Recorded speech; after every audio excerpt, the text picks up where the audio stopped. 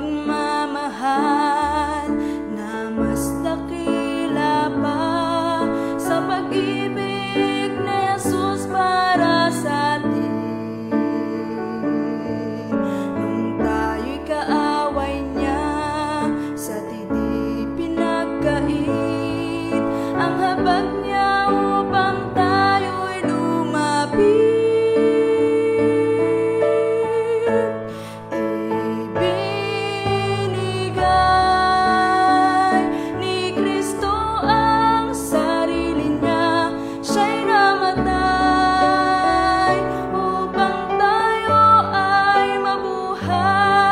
Sadyang dapat sa atin ang kapahamakan, ngunit inibig niya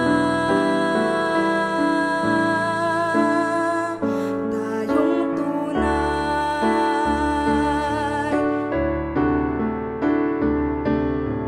Sa akin nararapat ang paghihirap niya, ang pako at putong at ang krus niyang dala. Pati ang Diyos Ama'y tumalikod sa Kanya, ngunit nagtagumpay siya para sa ating sala. Ibinigay ni Kristo ang sarili niya, siya'y namatay upang tayo ay mabuhay. Sadyang dapat sa atin ang kapahamakan, ngunit inibig niya tayong tunay.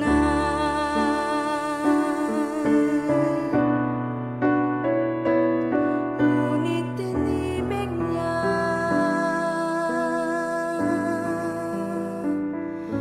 tayong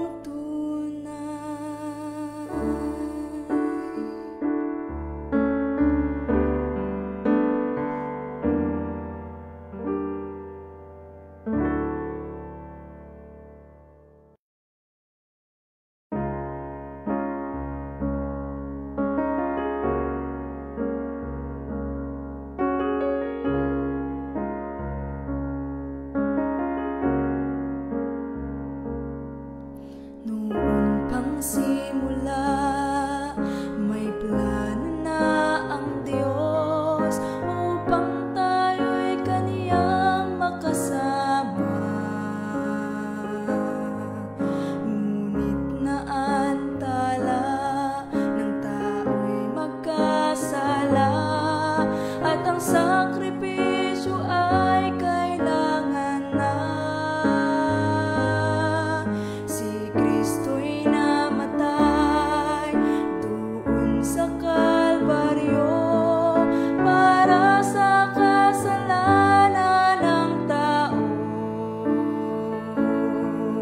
pagkat banal ang Diyos at tayo'y mahal niya, handog niya ang dakilang biyaya.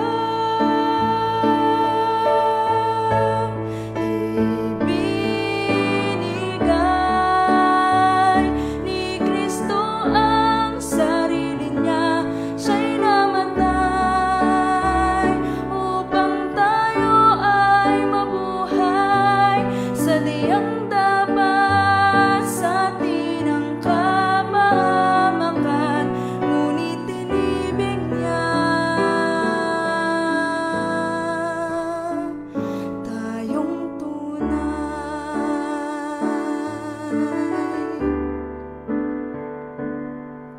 Walang pagmamahal na mas dakila pa sa pag-ibig ni Jesus para sa atin. Nung tayo'y kaaway niya, sa tidi pinagkait ang habag niya upang tayo'y lumapit.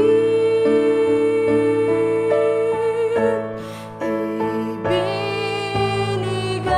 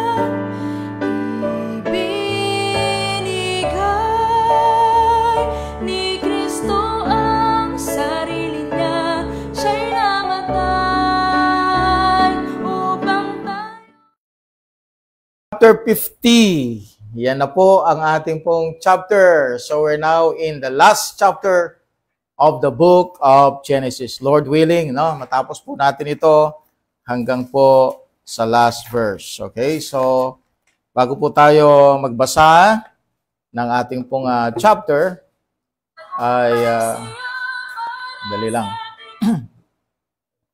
Bago tayo magbasa, ano po, ay salamat po muli sa mahabang pagtitiis na ipinagkaloob niyo po para po sa gawain ng Diyos. Salamat po sa pagsubaybay, no? Mula po sa umpisa hanggang ngayon. Thank you for joining us up to the last chapter of the book, no? Ang Diyos ang siyang dahilan kung bakit po we reach this far. And most especially po, malaking bagay po yung prayers, pag-support natin, no, sa gawain ng Panginoon sa online ministry na ito. And yung pong pag-share ninyo, pagbigay ng mga comments na nakakapag-encourage, no? So, pwede rin naman na magbigay kayo ng mga pang-discourage, no? Joke lang po yon. So, thank you so much for everything, no? Maraming salamat po at sana po ay makontinue po natin ito, Lord willing, ano? At meron pa po tayong mga books na bubuksan, pag-aaralan at titignan, no, kung paano po ito dinidescribe ng Bible at with the guidance of the Holy Spirit, we can have the proper interpretation of the books, no, that we're going to deal in the future. All right, so mag-pray muna po tayo. Okay, so tayo po manalangin namang Diyos na banal. Muli po, Panginoong Diyos. Kami po, Panginoon, ay nagpapasalamat sa oras pong ito, Panginoong Diyos, na inalaw mo, Panginoon. Kahit po pagod at may mga nararamdaman, Panginoong Diyos, ikaw patuloy, Panginoon, ang nagbigay sa amin ng oras at panahon at lakas, Panginoong Diyos, upang tunghayan, Panginoon, ang huling chapter, Panginoong Diyos, Amen. ng Book of Genesis. Kaya po, iling po namin, muli, O Diyos, na kami po'y tulungan mo at i-bless, Panginoong Diyos, ang bawat isa na sumusubaybay at susubaybay sa programa pong ito, Panginoon. Amen. At dalangin po namin, Panginoong Diyos, ang karunungan ay mula sa iyo, Panginoong Diyos. Ito po ang aming dalangin sa pangalan ng aming Panginoong Jesucristo. Amen. Okay, amen. All right. So, tuloy na po tayo. All right. So, let's divide this blackboard. Okay, para po sa chapter 50, no? So, dito po, it is the ending, no? Ending of the book.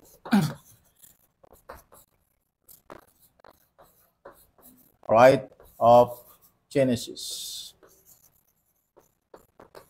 Right. So, sa book of Genesis, we have discussed the beginnings of many things. No? We have discussed the beginning of the universe. We have discussed the beginning of man. We have discussed even the beginning of dispensation. No? We have discussed the beginning of covenants. We have discussed the beginning of heaven and earth. We have discussed about the beginning of sin. We have discussed also the beginning of man, woman, and even the first martyr happened in Genesis chapter 4. No, we have discussed the beginning of the nation, no? The beginning of the nation of Israel. No, so from Abraham up to Jacob up to chapter 49. No, makita natin yung blessing ng 12 sons of Jacob. We have discussed the beginning of some progenitors of the nations, just like Edomites.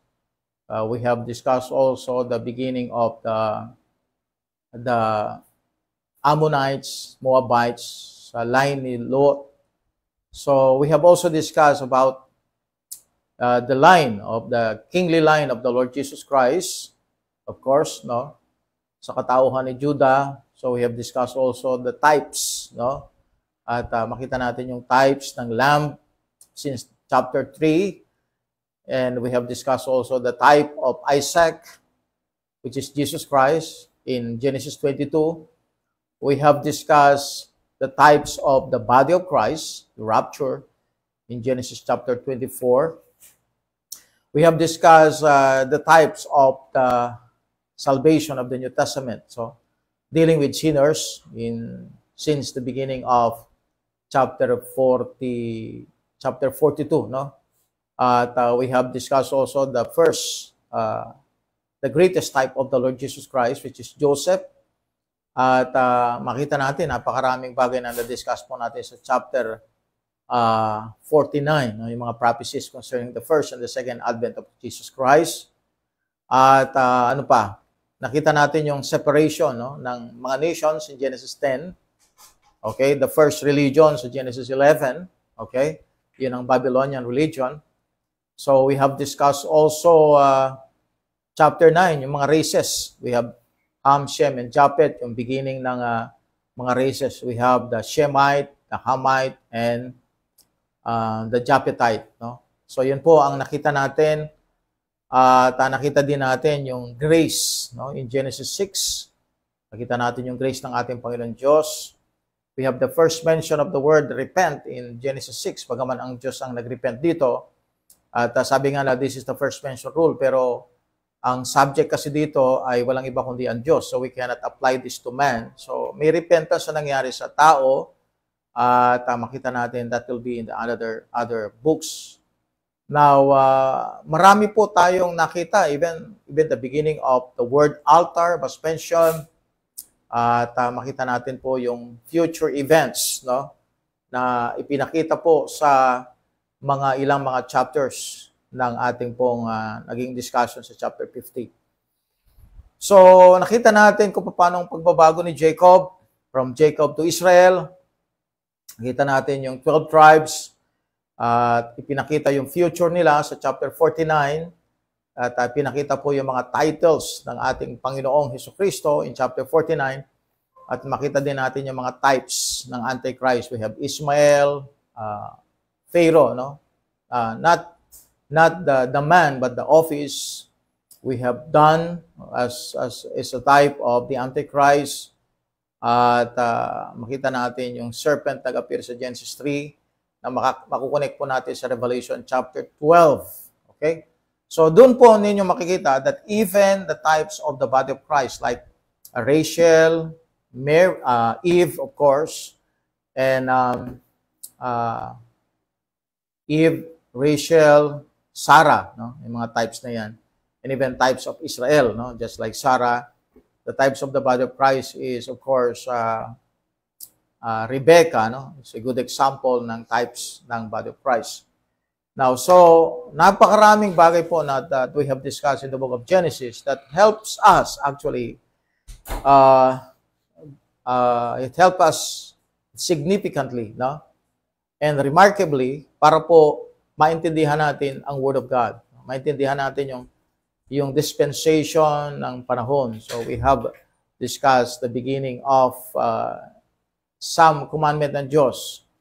And we have also discussed the pre-law or before the law. Makita natin kung paano po pinicture ng Panginoon ang dispensation na bago yung batas, no? At we have discussed also tungkol po sa tithe giving. Nandiyan na po sa Genesis chapter 22, Genesis 14, no? Yan po, no? At yung mga beginnings ng mga places just like Dead Sea, no?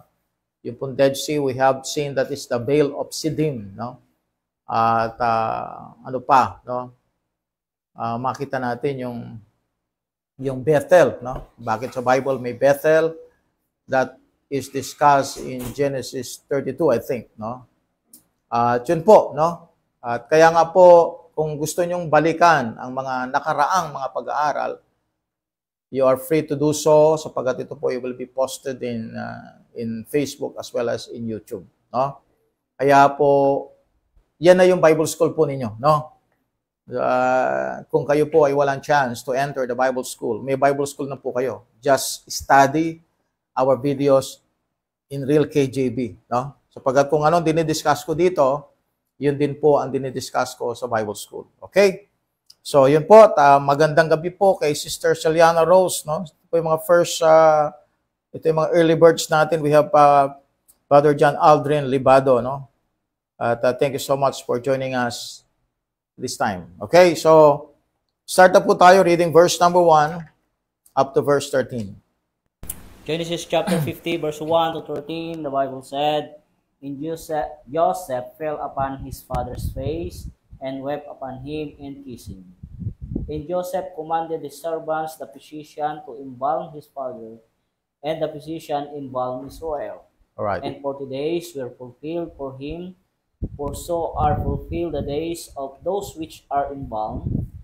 And the Egyptian mourned for him 60 and 10 days. And when the days of his mourning were past, Joseph spake unto the house of Pharaoh, saying, If now I have found grace in your eyes, speak, I pray you, in the ears of Pharaoh, saying, My father made me swear, saying, Lo, I die in my grave which I have dig for me in the land of Canaan. There shalt thou bury me. Now therefore let me go up, I pray thee, and bury my father, and I will come again. And Pharaoh said, Go up, and bury thy father according as he made thee swear. And Joseph went up to bury his father, and with him went up all the servants of Pharaoh, the elders of his house, and all the elders of the land of Egypt, and all the house of Joseph, and his brethren in his father's house, only their little ones, and their flocks, and their herds, and they lived in the land of Goshen. And there went up with him both chariots and horsemen, and it was a very great company. And they came to the threshing floor of Atad, which is beyond Jordan, and there we mourned with a great and very sore lamentation. And he made a mourning for his father 7 days. And when the inhabitants of the land, the Canaanites, saw the mourning and the floor of Atad, they said, This is the grievous mourning to the Egyptians. Wherefore the name of his was called Abel Mesraim, which is beyond Jordan. And his sons did unto him according as he commanded them. For his sons carried him into the land of Canaan, and buried him in the cave of the field of the Machpelah, which Abraham bought with the field for a possession of a burying place of Ephron the Hittite before Mamre. Okay. All right, thank you so much. So we are going to deal with Jacob right now, no? So here we have seen that Jacob died at the age of 147 years old. Kung i-compare natin yung edad niya kay Abraham, which is 175, and Isaac, which is 180, mababa na, no, yung kanyang edad, no, nung siya namatay, no. So ibig sabihin, yung age, no, ng tao ay pabata, no. Since nung nagkaroon na ng flood in Genesis 6, makita natin na reduce na yung lifespan ng tao. Okay, so Joseph fell upon his father's face and wept upon him and kissed him. So these are the final stage, no? Sa buhay ni Jacob. So you will see that the effect of sin is being showed here. Sabi nga sa Genesis 2:17, in that day that thou eatest thereof, thou shalt surely die. No? So yun yung bunga ng kasalanan, yung kamatayan. Bunga ng kasalanan ay kamatayan. Kaya nga po, we know that there is sin. No? Yung iba kasi sa mga psychologists ngayon, sabi nila yung sin daw is just a negative thought. No? It's just a negative thought. But sin is a reality. Sin is a transgression against God. Kaya nga po may hell. And of course, may death. May separation sa Diyos at sa tao because of sin. So, ang death po, mga kapatid, is the real proof of the existence of sin. And sin is a transgression against God. No? yung mga nangyayari sa ating panahon, mga kapatid, ay hindi po ito isang bagay na nangyayari na parang part ng buhay natin in a natural thing only. Alright? In a natural effect only. It is supernatural in cause. It is supernatural in effect also. Okay. So, what happened is that sa verse 2, Egyptian physicians embalmed Jacob or Israel. Alright, so siya po ay in-embalmed. When the 70 days of mourning are passed, Joseph gets permission from Pharaoh to go up to Canaan to bury Jacob. Verse number 4 to 6. The reader will notice that the word grave in verse 5 has nothing to do with Sheol or Hades. This grave is a hole in the ground or a niche in a cave. Alright? Pag sinabi natin grave dito, hindi po ito yung Sheol, hindi po ito yung Hades. So this is not hell, of course. Not sinasabi ng mga Jehovah's Witness. Ito ay isang hole in the ground or a niche in a cave. Kasi yung cave minsan ginagawang libingan, no? Now, so there was a huge funeral service, no? Funeral procession. Actually, talagang nagmarka ito sa history ng Egypt. A huge funeral procession leaves the land of Egypt and heads up into Canaan. So, hindi pa marami ang bilang ng mga Israelites dito. But since si Joseph po ay leader ng Egypt, alright, next to Pharaoh, no, para din silang namatayan ng leader. No? Sapagat yung tatay ng kanilang leader ay namatay. No? In honor, of course, of Joseph, the whole land mourned. Sabi sa verse 7 to 8, no? So, a huge funeral procession leaves the land of Egypt and heads up into Canaan. Unlike the days of Moses, in Exodus 10 verse 10 and Exodus 10 verse 24, the children of Israel this time leave their flocks and children in Egypt. Chapter 50 verse 8. So, nung umalis ang mga Israelites, iniwan nila yung kanilang mga flocks. Okay? Which is contrary or contrast to Exodus 10 verse 10 and 24. Nung umalis sila, sinama na lahat. No? Walang naiwang hayop. Okay. So, Atad, which is beyond Jordan, in verse 10, gives cause for dissension. Abil Misraim, in verse 11, is also said to be beyond Jordan. And where this expression, of course, is in about 10 other cases. Joshua 13:8, Joshua 18:7, Judges 5:17, etc. Okay, it is always refers to something on the east side of Jordan. No? Kasi kinokomplikado nila itong verse 10, no? Ng mga nag-attack sa King James Bible. But this is actually an expression. Yung word na beyond Jordan is an expression, of course, in about 10 other cases, just like in Joshua 13:8, 18:7, Judges 5:17. It always refers to something on the east side of Jordan.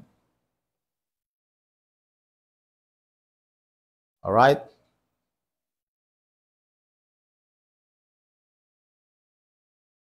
Okay. The Canaanites see the mourning, and the term Canaanite is nearly always applied to heathen dwelling west of Jordan. East of Jordan are Ammonites, Moabites, and Syrians. Moses, the author of Genesis 50, uses the expression beyond Jordan as a reference to the land that lies west of the river. Deuteronomy 3:25, as well as east, Deuteronomy 3:20. So the funeral procession either follows the Exodus route of Numbers 35 verse 5 to 48, no? So makita natin yung travel nito, madaling nakarating sila sa land of Canaan. Whereas nung umalis sila sa Exodus, 40 years pa rin po, no? Tama? Alala natin yung 180 miles na travel nung sa Genesis 45, sa verse 24, sabi ni Joseph, see that you will not out of the way. He's talking about the travel that will is 180 miles. Okay? If I'm not mistaken, ganun po kalayo. No? Parang nagbiyahe ka ng Maynila, lampas-lampasan pa. Pero inaabot sila ng 40 years. At kung yung pure possession either follows the Exodus route, in Numbers 33, verse 5 to 48, minus the trip to Mount Sinai and the 40 years of wandering, and comes into Canaan from the east, that's crossing Jordan or Jacob crossed it, or else they go up the Via Maris, or the route through the wilderness of Shur. At any rate, the body of Jacob arrives at its proper destination in verse 13. So marami palang way ang papunta sa Canaan. No? Pwedeng or Jacob cross it, or they go up to Via Maris, or the route through the wilderness of Shur. Okay? So at any rate, the body of Jacob arrives at its proper destination in verse 13. And he is buried in the cave. No? Not a hole in the ground. In a cave. Ang cave yun, sabi ng Bible, at the field of Machpelah, which Abraham bought with the field of possession of a burying place of Abraham, the Hittite before Mamre. So yung mga living dyan, si Abraham, si Sarah, si Isaac, I think it was also Rebecca kasama dito, no, Leah, and then we have Jacob. Okay. So, ang pagkasabi ng Bible sa chapter 50. Chapter 50. Now, bago po tayo tumuloy, no? So, si Jacob, actually, nag-iwan siya ng 12 sons at naging tribes po ito. Naging tribes. Actually, ito ang naging dahilan kung bakit nagkaroon ng mga Israelites sa Jews before.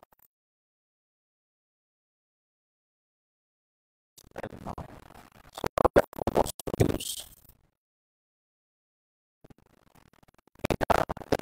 Sila yung mga Hudyo, ang race nila, yung mga Hebrews. Okay? On the three races, major races, ito ay mga Shemites. Alright, so tama natin dyan. Now, hindi sila pinakatira sa Kanaan. Ang Canaanites ay mga anak ng Kanaan. So, hindi po sila mga Canaanites at hindi po sila actually mga Palestinian.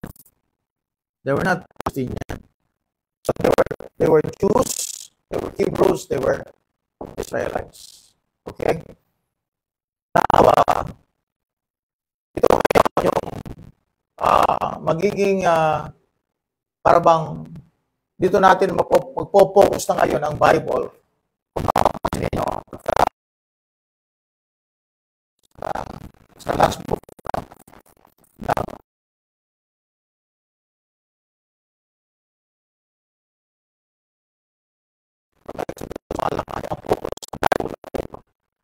kung mapapansin natin, mga kapatid, nag-iwan ng line of history, yung heritage ng Israel, ang Book of Genesis. Hindi natin maintindihan ang pinagmulan ng Genesis, ng mga Jewish people at we go and start the Book of Genesis. Importante po. Very foundational na pag-aaral ng Genesis. Kaya nga, ang pagbasa ng Bible, mag-start ka talaga sa beginning. No? Hindi po yung pipili ka, tapos sa gitna ka, pagkatapos ka ng pinakamalit na verse, ibabasahin mo, and then you pray. That's the way to study the Bible. When you study the Bible, you begin from the book of Genesis para maintindihan mo bakit may mga Hudyo.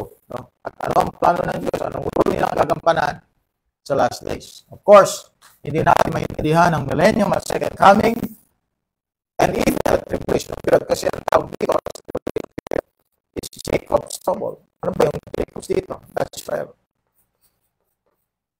Israel ito. Jacob's trouble. Israel's trouble. So it's Israel's trouble. May trouble mangyayari sa nation Israel in the time of the tribulation period before the coming of Christ. And the purpose why Jesus Christ came is primarily for His nation. No? Kaya nga ang nation, magkakaroon siya ng king. So, it will be a kingdom. Right? So here in the millennium, Israel will become a kingdom. Dito po sa time ng Exodus to Malachi, ay mapag-aralan po natin paano Israel became a kingdom. Alright? A kingdom. Diyan natin maintindihan. Kapaloob dyan, no? sa aklat ng Exodus hanggang Malachi. Maintindihan natin ng Israel ay isang kaharian, isang kingdom.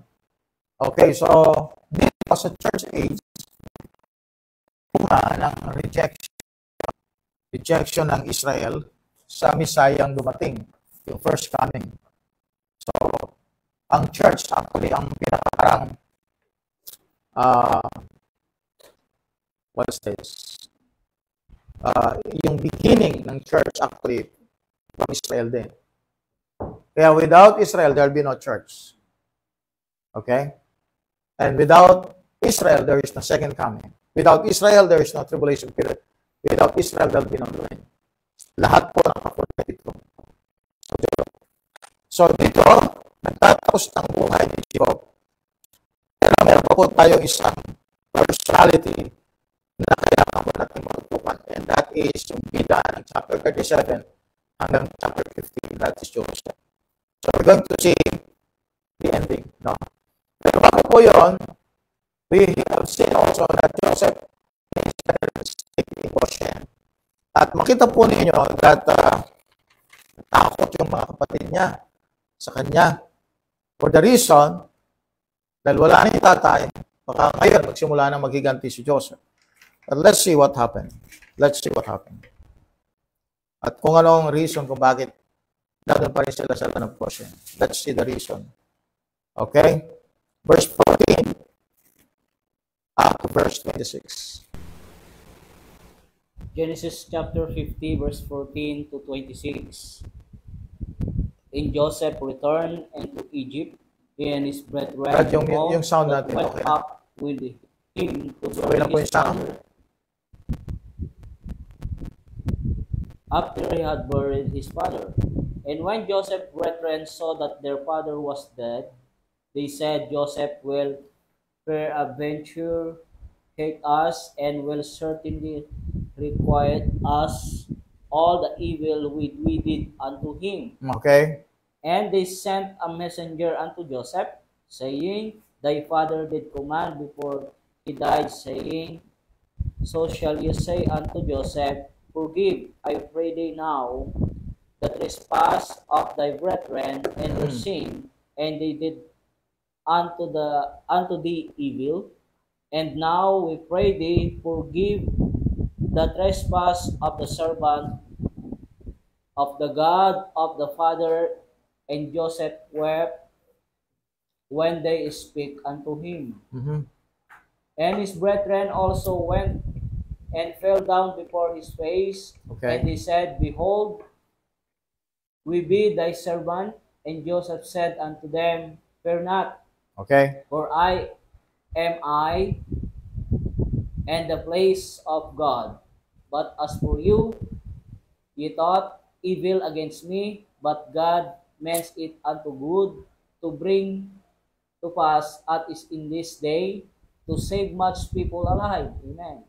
Now therefore fear ye not, I will nourish you and for your little ones. And he comforted them and speak kindly unto them. And Joseph Ako. dwelt in Egypt, Problema yung he internet. and his father's house. And Joseph lived 110 years. And Joseph saw Ephraim children of their third generation. The children also of Machir, the son of Manasseh, were brought up upon Joseph's knees. And Joseph said unto his brethren, I die, and God will surely visit you, and bring you out of his land unto the land which he sware to Abraham, to Isaac, and to Jacob. And Joseph took an oath of the children of Israel, saying, God will surely visit you, and ye shall carry up my bones from thence. So Joseph died, being Miss Ray. 110 years old, and they embalmed him, and he was put in the coffin in Egypt. All right, so we have also a word here. Tinawag itong Abel Misraim, no? Hopefully okay po yung ating sound, ha? So ang tawag dito ay Abel Misraim. Ano po itong Abel Misraim na ito? So this is a grievous mourning to the Egyptians, wherefore the name of it was called Abel Misraim, which is beyond Jordan. Okay? So na-discuss natin kanina yung beyond Jordan. Okay. So let's continue.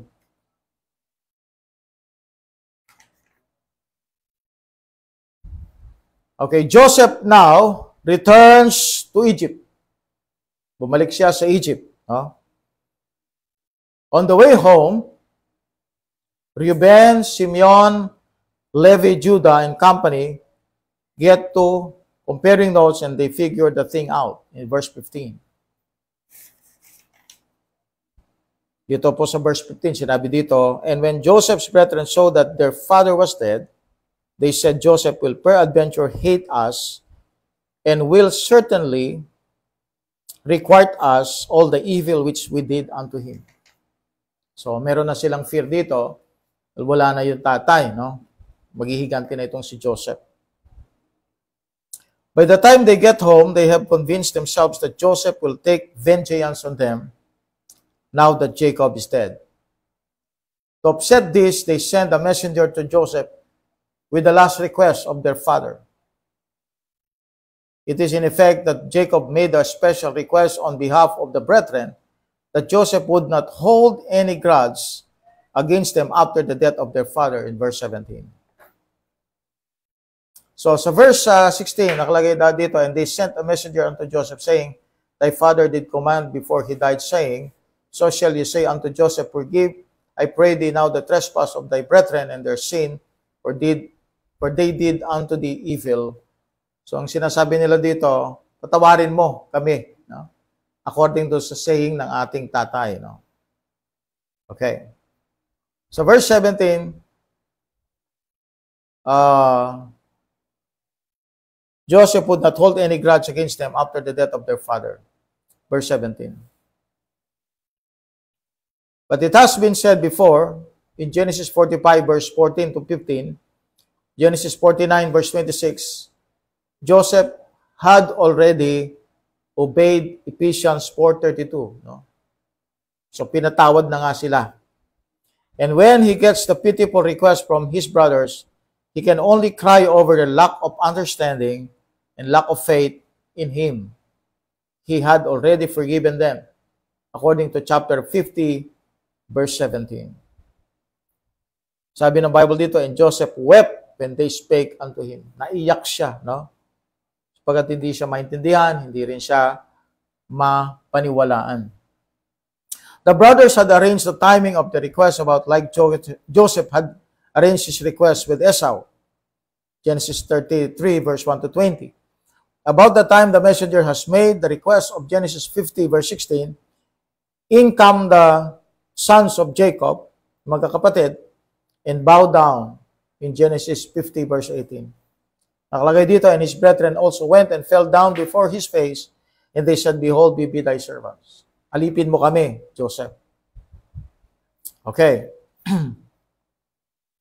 Joseph's words to them are the words which Jesus gave the disciples in the upper room. No?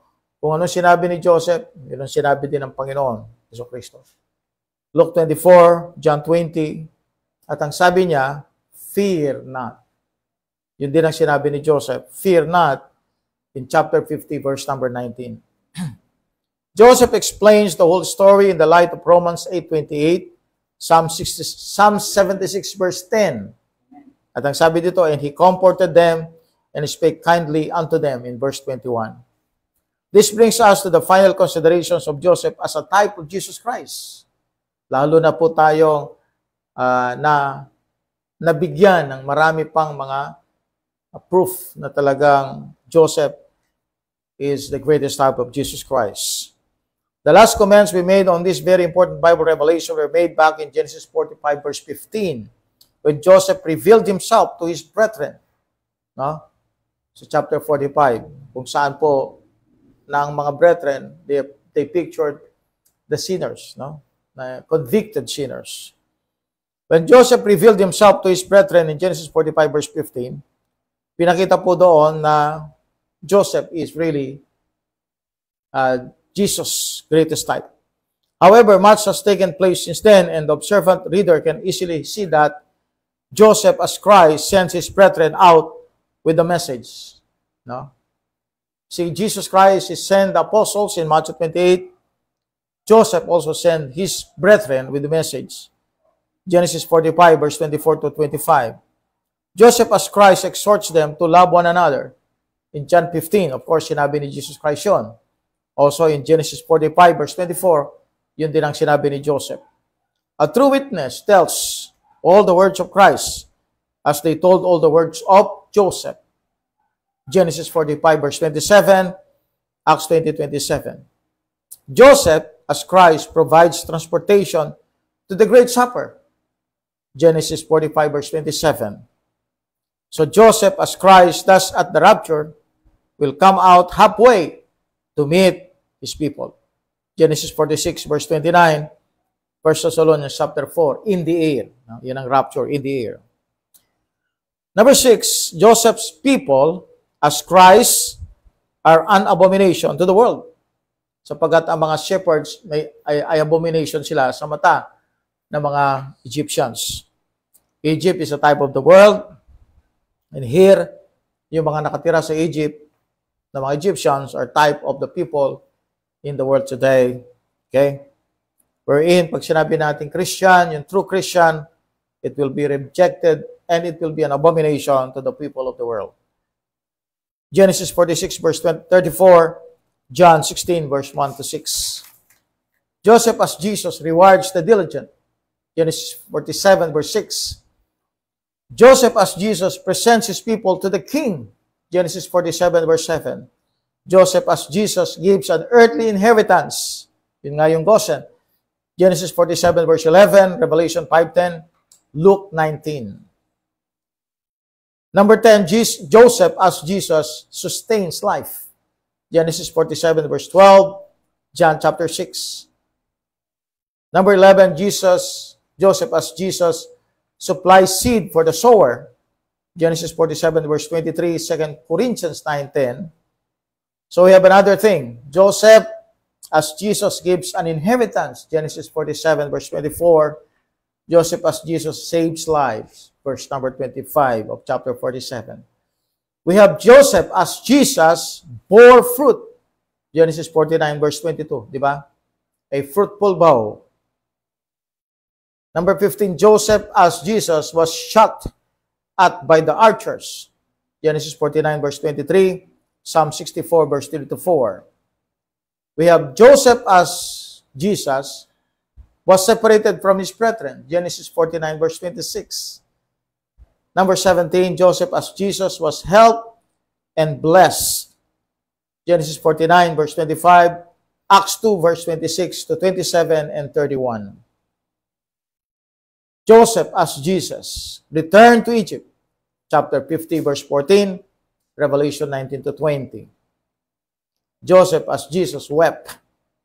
Genesis 50, verse 17. John 11:35. Number 20, Joseph as Jesus freely forgave. Chapter 50, verse 17. We have Luke 23, verse 34. Number 21, Joseph as Jesus was used by God for good purposes, while men intended evil. Genesis 50, verse 20, Acts 2:23. Joseph as Jesus comforts his people and speaks kindly to them.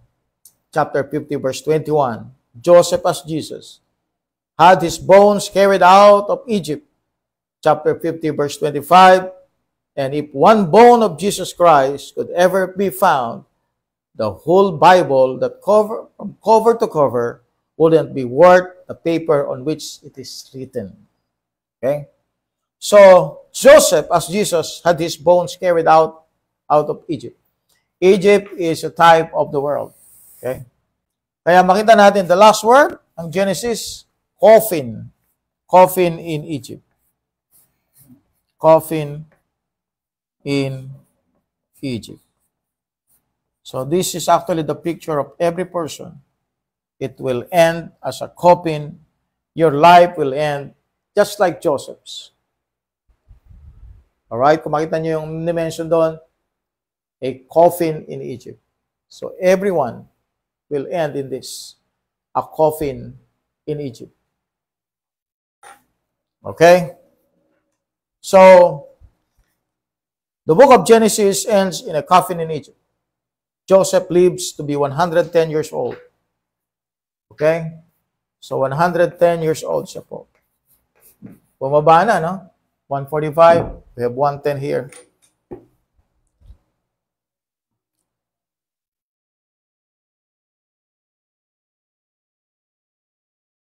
He sees his great-grandchildren in verse 23. He makes his children promise that they will take his bones up at the time of God's visitation in verse 24. And this comes to pass in Exodus 13:19. So Joseph died, and they embalmed him, and he was put in a coffin in Egypt in verse 26. So, sa Exodus 13:19 may nangyari doon. Brad, pakipasa lang. Exodus 13:19.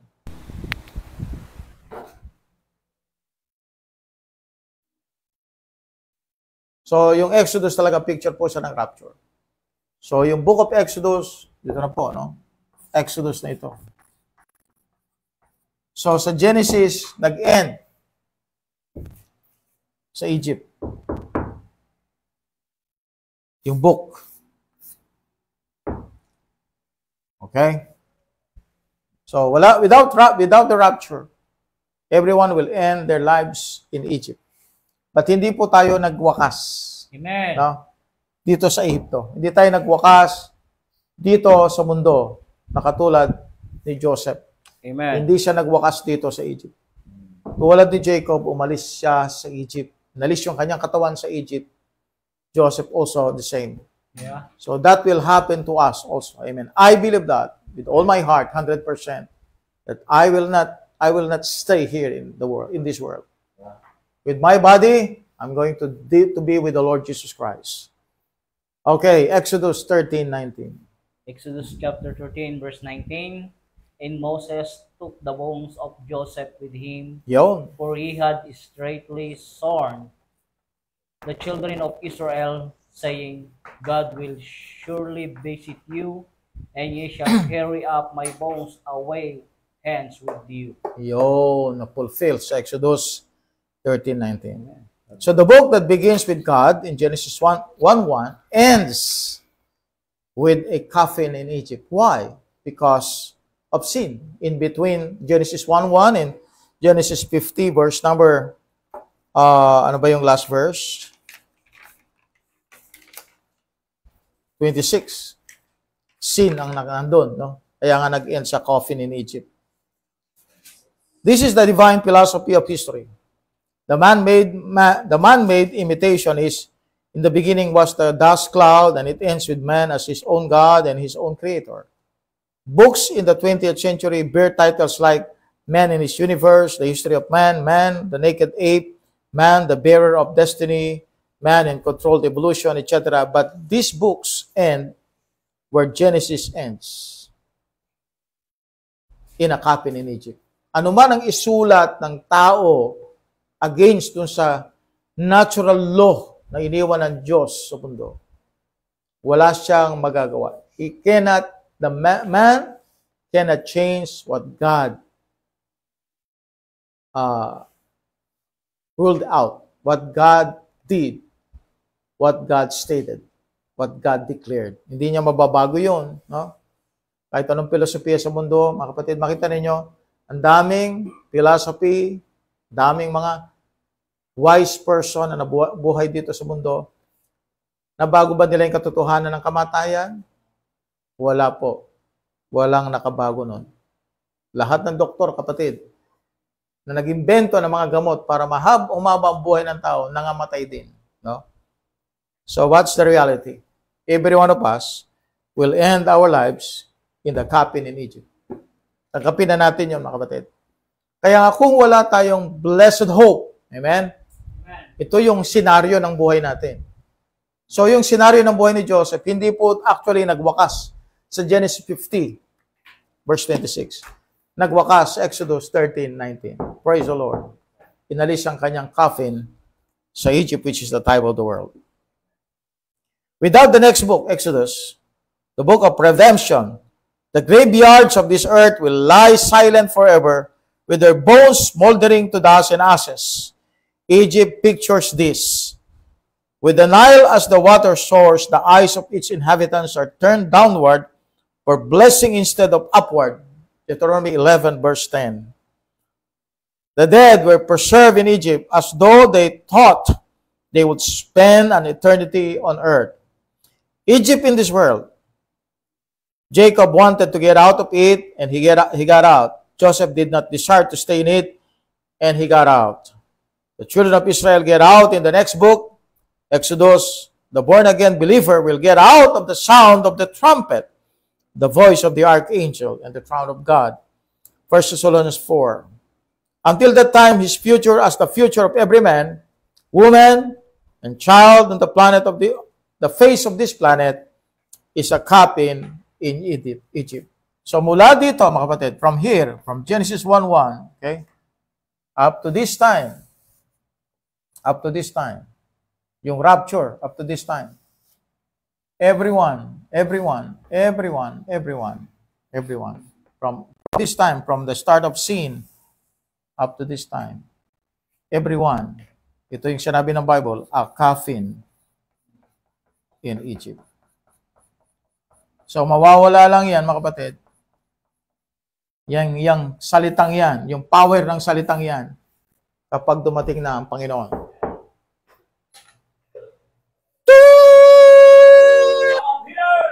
How about Peter? That is the sound of the trumpet. Amen. That's what we are waiting for. Amen. The sound of the trumpet sound. Amen. So we are waiting for that blessed hope, that rapture. All right. So that's the end. Everything. Salamat sa Panginoon Diyos for a very, very long Bible study from Genesis 1 up to Genesis 50. We're done. Sayonara. Amen.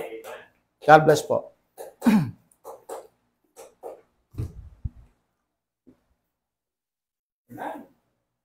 Amen, amen.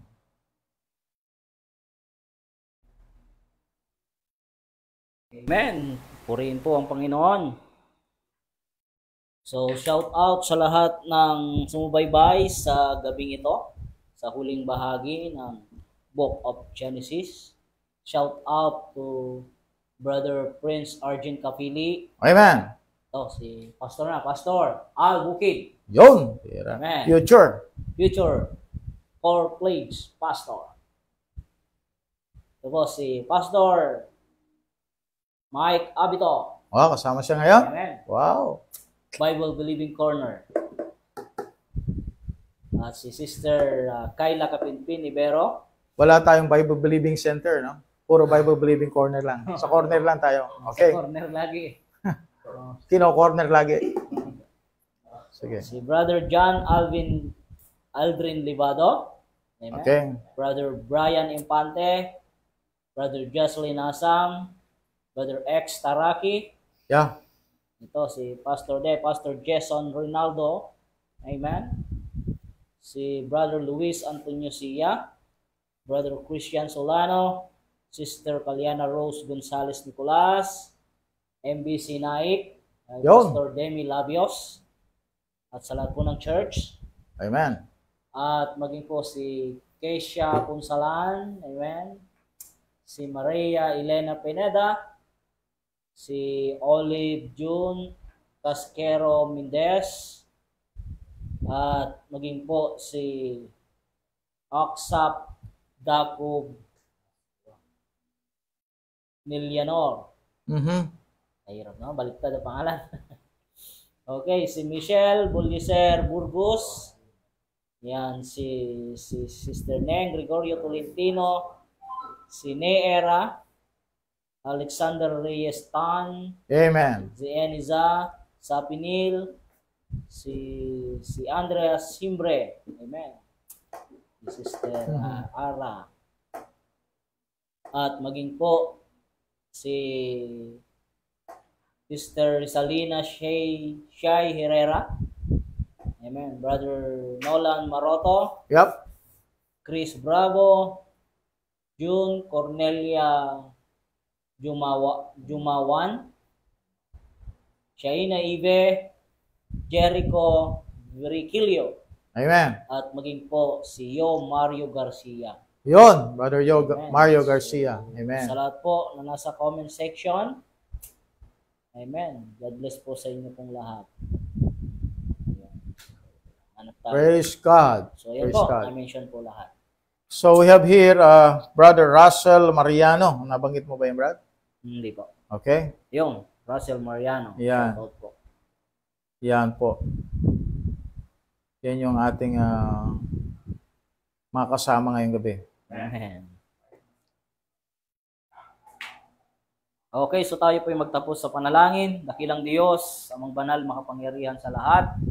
Salamat po, Panginoon, sa patuloy na lakas na binigay niyo po sa amin, Panginoong Diyos. At dalangin po namin, Panginoon, na tulungan niyo po kami at gabayan at bigyan, Panginoong Diyos, ng kalakasan, pisikal, Panginoon. Amen, amen. Sa tuwing kami po, Panginoong Diyos, ay mag-gather sa lugar na ito, Panginoon. Yes, Lord. Upang kami, Panginoong Diyos, ay mag-aral, matuto, Panginoon, sa inyo pong salita. Kung ano man pong pagkakaloob mo pong bukpa, Panginoong Diyos, yes, Lord. Aralin, nalangin po namin, Panginoong Diyos, bigay niyo po sa amin ang enjoyment, bigay niyo sa amin ang galak, ang karunungan na mula po sa inyo, Panginoong Diyos. At ganoon din, Panginoon, sa lahat ng susubaybay at sumusubaybay, Panginoong Diyos, sa programang ito, Panginoong Diyos. Dalangin po namin, Panginoon, na kami po ilang samahan, Panginoong Diyos. Yes, Lord. Upang hindi lang po kami, Panginoon, ang matuto, hindi lahat po kami, Panginoong Diyos, ay ma-enhance, Panginoong Diyos, sa pamamagitan ng programa pong ito, Panginoong Diyos. Salamat po sa aming pong tagapagturo, Pastor Jonathan, at sa aming pong technician, Brother Nicolas Kapinpin, Panginoong Yes, Diyos. Lord. Salamat po, Panginoon, sapagkat sila po, Panginoong Diyos, ay patuloy na narito, Panginoong Diyos, at kami, Panginoon, ay dumadalangin pa, Panginoong Diyos, maging po ang mga bagay na amin pong gagamitin o ginagamit, Panginoong Diyos, sa programa pong ito. Hiling po namin, Panginoong Diyos, na kung saan ito po, Diyos, ay mabigyan po kami ng mas maayos pa, Panginoon, na equipment, Panginoong Diyos. Amen. Upang sa ganon, Panginoon, ang iyong pong pasalita ay mapalawig pa, Panginoong Diyos, hanggang sa ikaw po ay bumalik, Panginoon. Salamat po, Diyos, sa iyo lahat ang kapurihan. Sa pangalan ng aming Panginoong Jesucristo, ang tagapagligtas. Amen. Amen. To God be the glory po. Tapos na po tayo sa ating aklat. At meron man po tayong mga study sa susunod. So meron pa rin tayong matatouch sa aklat ng Genesis. Okay? So yun lang po mga kapatid for this evening. Muli po kami nagpapasalamat po sa inyong pagsuporta, pagtulong, panalangin, at sa lahat ng bagay na ginagawa po ninyo para magtuloy-tuloy po ang gawain ito. Amen. Amen, amen. Okay, please like, share, and follow our Facebook page. Kaya na din po sa ating YouTube channel. Paki-subscribe na po kung hindi pa kayo nakapag-subscribe. Nang sa ganyan kayo po yung maging updated sa lahat po ng ating latest videos. Amen. Okay, once again, good morning, good afternoon, and good evening. Well, KJB Believers, now signing off. Shout Thank you out, po. Pastor Jason Reynaldo. Yan, shout Amen. out. Okay? Thank you so much po. God bless po sa inyong lahat.